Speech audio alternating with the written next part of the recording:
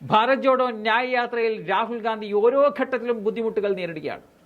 ചിലപ്പോൾ ഒരു സംസ്ഥാനത്തേക്ക് യാത്ര അനുവദിക്കില്ല, ചിലപ്പോൾ റൂട്ട് മാറ്റേണ്ടി വരും. രാജ്യത്തെ ഏറ്റവും പഴക്കമുള്ള പാർട്ടിയായ കോൺഗ്രസ് കഴിഞ്ഞ കുറച്ച് വർഷങ്ങളായി നഷ്ടപ്പെട്ട പ്രതാപം വീണ്ടെടുക്കാൻ പാടുപെടുകയാണ്. ഒന്നുകിൽ നല്ല തന്ത്രജ്ഞർ പാർട്ടിയിൽ അവശേഷിക്കുന്നില്ല, അല്ലെങ്കിൽ അവരുടെ ഉപദേശം സ്വീകരിക്കപ്പെടുന്നില്ല എന്നത് വീണ്ടും വീണ്ടും തെളിയിക്കപ്പെട്ടുകൊണ്ടിരിക്കുകയാണ്. ഭാരത് ജോഡോ ന്യായ് യാത്രയുടെ സമയത്തെക്കുറിച്ചാണ് ഇപ്പോൾ ഏറ്റവും വലിയ ചോദ്യം ഉയരുന്നത്.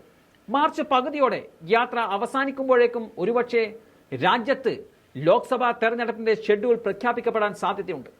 ഇത്തരമൊരു സാഹചര്യത്തിൽ ഫെബ്രുവരി മാർച്ച് മാസങ്ങൾ ലോക്സഭാ തെരഞ്ഞെടുപ്പിനുള്ള ഒരുക്കങ്ങളിലെ കാര്യത്തിൽ കോൺഗ്രസിനെ സംബന്ധിച്ചിടത്തോളം സുപ്രധാന സമയമാണ്.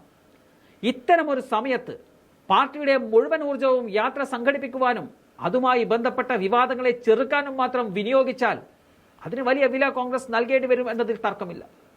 ഇന്ത്യ സഖ്യത്തിന്റെ രൂപം ഇതുവരെ പുറത്തു വന്നിട്ടില്ല. ജൂൺ 23 പാട്നയ്ക്ക് ശേഷം ബാംഗ്ലൂരു, മുംബൈ, ഡൽഹി എന്നിവിടങ്ങളിലും യോഗങ്ങൾ നടന്നുവെങ്കിലും സീറ്റ് വിഭജനം ഉൾപ്പെട്ട ഒരു വിഷയത്തിലും ചർച്ചകൾ പുരോഗമിക്കുന്നില്ല. തൃണമൂൽ കോൺഗ്രസ് ബംഗാളിലും ആം ആദ്മി പാർട്ടി പഞ്ചാബിലും ഒറ്റയ്ക്ക് മത്സരിക്കുമെന്ന് പ്രഖ്യാപിച്ചു കഴിഞ്ഞിട്ടുണ്ട്. നിതീഷ് കുമാർ ഇന്ത്യയിൽ നിന്നും വേർപിരിഞ്ഞ് വീണ്ടും എൻഡിഎയിൽ ചേർന്നിരിക്കുകയാണ്. കോൺഗ്രസിന് പക്ഷേ അതൊന്നും പരിഹരിക്കാൻ നേരമില്ല എന്നുള്ള വിമർശനമാണ് ഇപ്പോൾ ഉയരുന്നത്. ആരോഗ്യകരമായ ഒരു ജനാധിപത്യത്തിന് ശക്തമായ പ്രതിപക്ഷം ആവശ്യമാണ്. കോൺഗ്രസ് ആദ്യം പ്രതിപക്ഷ പാർട്ടിയായി ശക്തമാകണം എന്നതാണ് രാജ്യത്തെ ജനങ്ങൾ ആഗ്രഹിക്കുന്നത്. അതിനായി സംഘടനാ ശക്തിയും മറ്റ് തന്ത്രങ്ങളും നല്ല രീതിയിൽ ഉപയോഗപ്പെടുത്താൻ സാധിക്കണം. രാഹുലിന്റെ യാത്ര അവസാനിക്കുമ്പോഴേക്ക് മറ്റു പാർട്ടികളൊക്കെ തെരഞ്ഞെടുപ്പ് പ്രവർത്തനങ്ങൾ ഏതാണ്ട് പൂർത്തിയാക്കി കഴിഞ്ഞിട്ടുണ്ടാകും. അത് കോൺഗ്രസിനെ സംബന്ധിച്ച് ഒരു വലിയ തിരിച്ചടി തന്നെയായിരിക്കും.